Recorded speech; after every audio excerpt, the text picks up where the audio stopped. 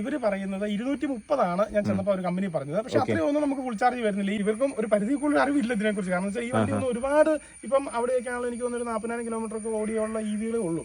പക്ഷെ അങ്ങനത്തെ കാര്യങ്ങളൊക്കെ കുറച്ച് അൺസർട്ടൺ ആണ് ശരിക്കും പറഞ്ഞാല്. ഡെയിലി ചാർജ് ചെയ്യുന്നുണ്ട്? ഞാൻ അങ്ങനെ ഡെയിലി അങ്ങ് ചാർജ് ചെയ്യുവാണ്. നമുക്കൊരു ടെൻഷനാണ് ഈ പറഞ്ഞ ഒരു 50% താഴെ പോയി കഴിയുമ്പോഴേക്കും എങ്ങോട്ടെങ്കിലും പെട്ടെന്ന് നമുക്കൊരു യാത്രയൊക്കെ വന്നു കഴിഞ്ഞാൽ ഒരു ഇതുണ്ട്, ബ്ലോക്കിൽ പെട്ട് കഴിഞ്ഞാൽ എല്ലാ ദിവസവും അങ്ങനെ ചാർജ് ചാർജ് ആകാൻ വേണ്ടി 8 മണിക്കൂർ വേണം.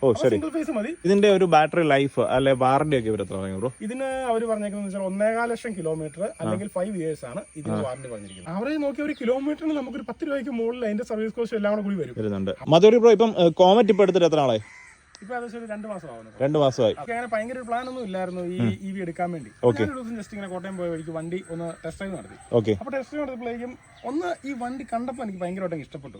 കാര്യം വണ്ടി വളരെ ഒരു കോമ്പാക്ട് ആണ്. പിന്നെ അതുപോലെ തന്നെ ഇതിന് 2 ഡോറേ ഉള്ളൂ. അപ്പൊ അതൊക്കെ എന്റെ ഒരു ഷേപ്പ് ഭയങ്കരമായിട്ട് എനിക്ക് ഇഷ്ടപ്പെട്ടു.